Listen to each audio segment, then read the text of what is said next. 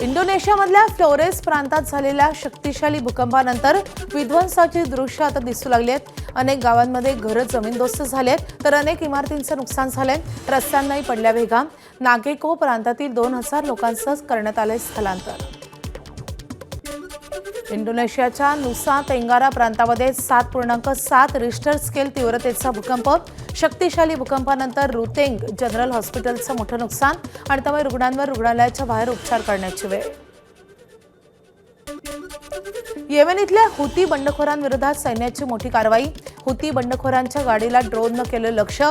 हुती बंडखोरांची गाडी ड्रोन हल्ल्यात उद्ध्वस्त। बेल्जियमच्या लीड्स प्रांतातल्या हायवेवेनच्या जंगलात भीषण आग। आतापर्यंत 1600 हेक्टरपेक्षा जास्त वनक्षेत्रात आग। बेल्जियमच्या इतिहासातली सर्वात मोठी आग।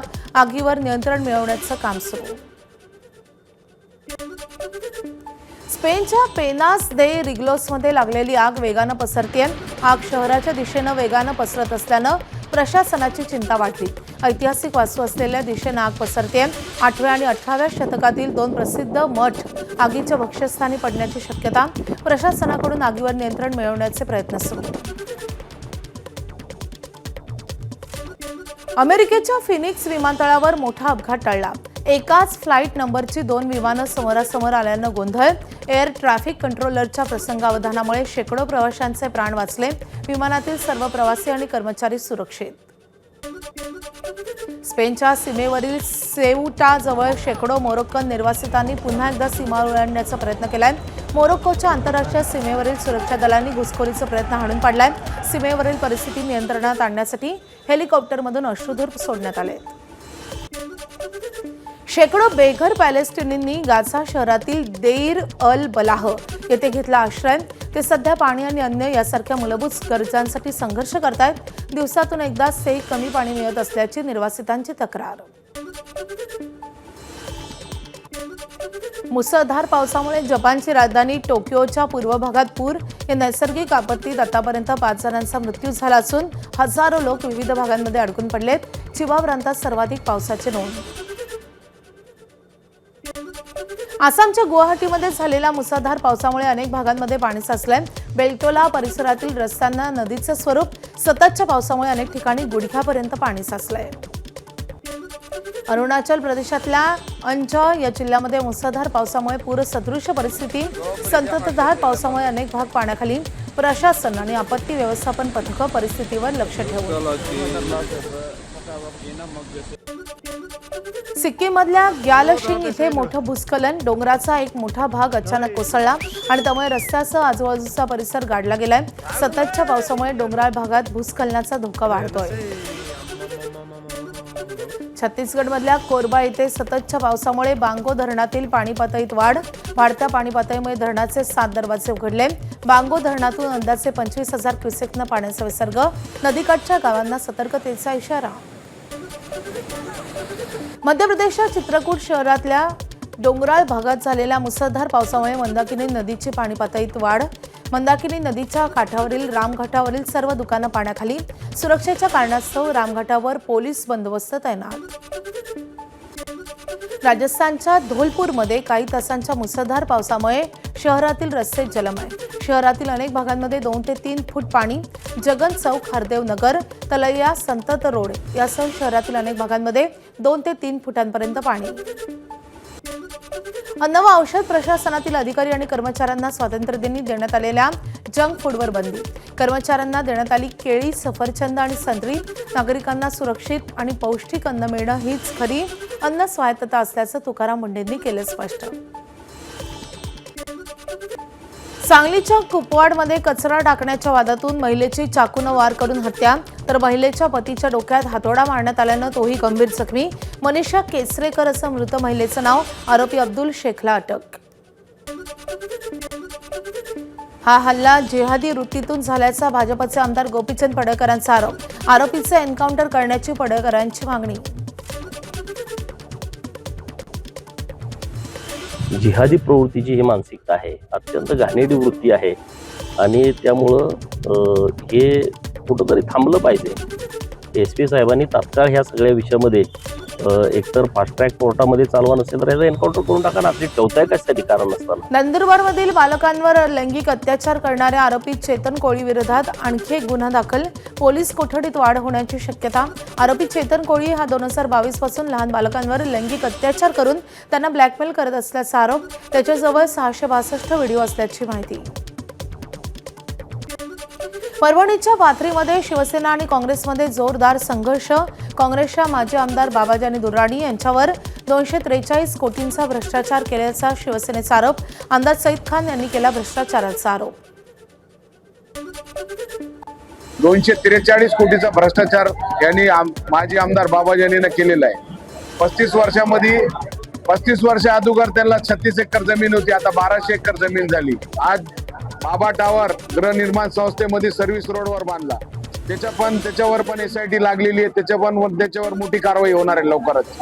त्याच्यानंतर हमीदा टावर जे बांधलं त्यांचे मिसेसच्या नावानं, ते जागा गैरांची सरकारी जागा आहे, नगरपालिकेच्या जागेवर ते टावर बांधलं. आज याच्यात जे साम्राज्य तयार झाला 1200 एकरचा, हे साम्राज्य नगरपालिकामध्ये जे भ्रष्टाचार केला 243 कोटीचा भ्रष्टाचार आहे. अमरनाथमधील भाजप मनसे राणा प्रकरणी भाजपच्या नगरसेवकासह इतर 6 जणांविरोधात अखेर गुन्हा दाखल. मनसेनं दिलेल्या मोर्चाच्या इशाऱ्यानंतर गुन्हा दाखल झाल्यानंतर मनसेकडून आज निघणारा मोर्चा तुर्तास स्थगित. गाळ्याच्या वादातून मनसे आणि भाजपच्या कार्यकर्त्यांमध्ये झाली होती हाणामारी. आखाती देशातील युद्धजन्य परिस्थितीमुळे डांबराचा मोठा तुटवडा निर्माण झालाय. त्याचा थेट विकास कामांवर परिणाम. भाजपचे माजी खासदार सुजय विखे पाटील यांचा अजब दावा. तुमच्यापेक्षा या रस्त्याची गरज मला आहे. हा रस्ता मी तुम्हाला पूर्ण करून देईन. ठीक आहे, त्याच्यामध्ये चुका होतील, कधी खड्डे पडेल, तुटेल, पण रस्ता होईल आणि परत दुरुस्त करू ना. मला कोणाचाही अपमान करायचा नाही. तुमची भूमिका रास्त आहे, पण वास्तविकता देखील या युद्धामुळे असलेली तेलाची परिस्थिती, युद्धामुळे असलेल्या डांबर उपलब्धतेची परिस्थिती, आजही मार्केटमध्ये डांबर उपलब्ध नाही. मुंबईकरांवर लवकरच करांचा भार पडण्याची शक्यता. महापालिकेची आर्थिक स्थिती सुधारण्यासाठी महसूल वाढवण्याचे आयुक्तांचे निर्देश. मुंबई सद्यस्थितीत जवळपास 2 लाख कोटी रुपयांची कामं सुरू. चाकणमधील 20 कंपन्यांनी स्थलांतर करण्याचा निर्णय घेतलाय. या पार्श्वभूमीवर उद्योगमंत्री उदय सामंत आज चाकणच्या दौऱ्यावर. चाकण MIDCतील उद्योजकांच्या समस्या उदय सामंत जाणून घेणार. उदय सामंतांच्या दौऱ्याच्या पार्श्वभूमीवर प्रशासन लागलं कामाला. रात्रीच्या अंधारात रस्त्यांवर खड्ड्यांची करण्यात आली डागडुजी. रस्त्यालगतच्या साईड पट्ट्याही भरण्यात आल्यात. झोपेत असलेलं प्रशासन मंत्र्यांच्या दौऱ्यामुळे जागं झाल्याचा स्थानिकांचा आरोप. मुंबई गोवा महामार्गावर पडलेले खड्डे बुजवण्यासाठी पेवर ब्लॉकचा वापर. मंत्री अदिती तटकरेंनंतर आता भरत गोगावले देखील पेवर ब्लॉकवरून संतापले. पर्याय नसल्यानं पेवर ब्लॉक वापरण्याची वेळ. पावसाळ्यात डांबरीकरण कसं करणार, विचारला सवाल.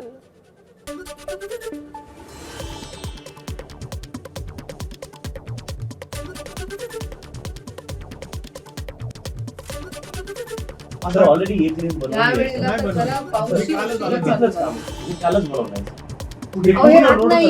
हे राहतही नाही. मी तुम्हाला खरं सांगते, हे राहतही नाही पेपर ब्लॉक. दुसऱ्या दिवशी निघतात. हे साहेब ह्याच्यावर एसटी गेली ना, हे दुसऱ्या दिवशी सगळे निघालेले असतात. Understand the kind of frustration we go through driving by that road every day.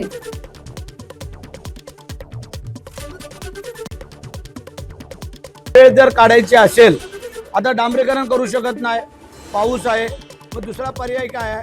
मग त्या खड्ड्यांपेक्षा पेवर ब्लॉक जरी असले तरी काही काळ आम्हाला गणपती गेले आम्ही परत ते व्यवस्थित करणारच आहोत.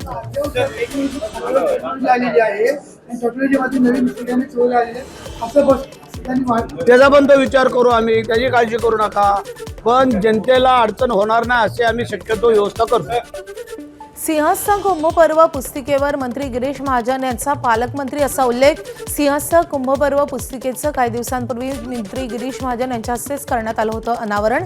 फोटोच्या खाली पालकमंत्री व कुंभपर्व मंत्री गिरीश महाजन असा उल्लेख केल्यानं चर्चांना उधाण. नाशिकमधील त्र्यंबकेश्वर येथे दर्शनासाठी श्रावण महिन्यात मोठ्या प्रमाणात भाविकांची गर्दी. मात्र रस्त्यांची कामं अर्धवट असल्याचा भाविकांना त्रास. पर्यायी रस्त्याची अवस्थाही अतिशय वाईट. भाविकांनी व्यक्त केली नाराजी. रत्नागिरी जिल्ह्याच्या दापोली तालुक्यातल्या आंसर्ले आडे मार्गावरील रस्त्यांची चाळण. पावसाळ्यात खड्ड्यांमुळे शाळेला जाण्यासाठी विद्यार्थ्यांना करावी लागते कसरत. रस्त्याच्या दुरवस्थेचं विद्यार्थ्यांकडून रिपोर्टिंग. तातडीनं रस्ता दुरुस्त करण्याची मागणी.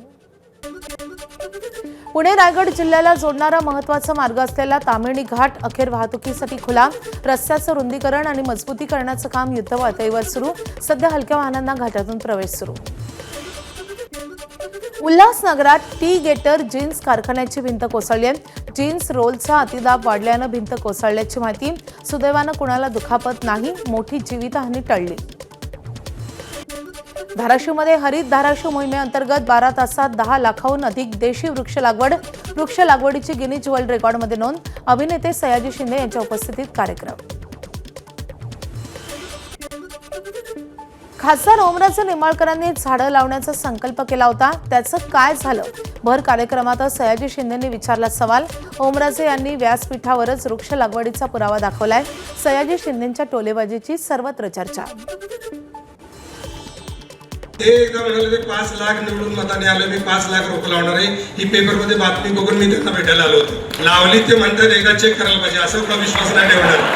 म्हणजे कुठे लावले, कुणावर विश्वास ठेवला का, दिली कुठेतरी आणि केली. एकदा चेक करू. ती जर चेक करायला नीट मिळाली तर आपण पण सांगू की असं काय सगळेच आमदार खासदार खोटं बोलतात असं नाही, खरे पण बोलणारे आहेत. लोकसभा सचिवालयाची विरोधी पक्षनेते राहुल गांधींना नोटीस. अमित शहांवरील वक्तव्याप्रकरणी 28 ऑगस्टपर्यंत उत्तर मागितलंय. भाजप आमदारांनी लोकसभा अध्यक्षांकडे केली होती तक्रार. राहुल गांधी काय उत्तर देणार याकडे लक्ष. झारखंडमधील विद्यार्थी आंदोलनाचा आजचा 23वा दिवस. झारखंड लोकसेवा आयोगातील परीक्षा गैरप्रकारावरून आंदोलन सुरूच. आज राज्यातील 24 जिल्ह्यांमध्ये सरकारच्या प्रतिकात्मक पुतळ्याचं दहन केलं जाईल. झारखंडमधील पेपरफुटी विरोधात रांचीच्या जयपाल सिंग मुंडा स्टेडियममध्ये उपोषण सुरू.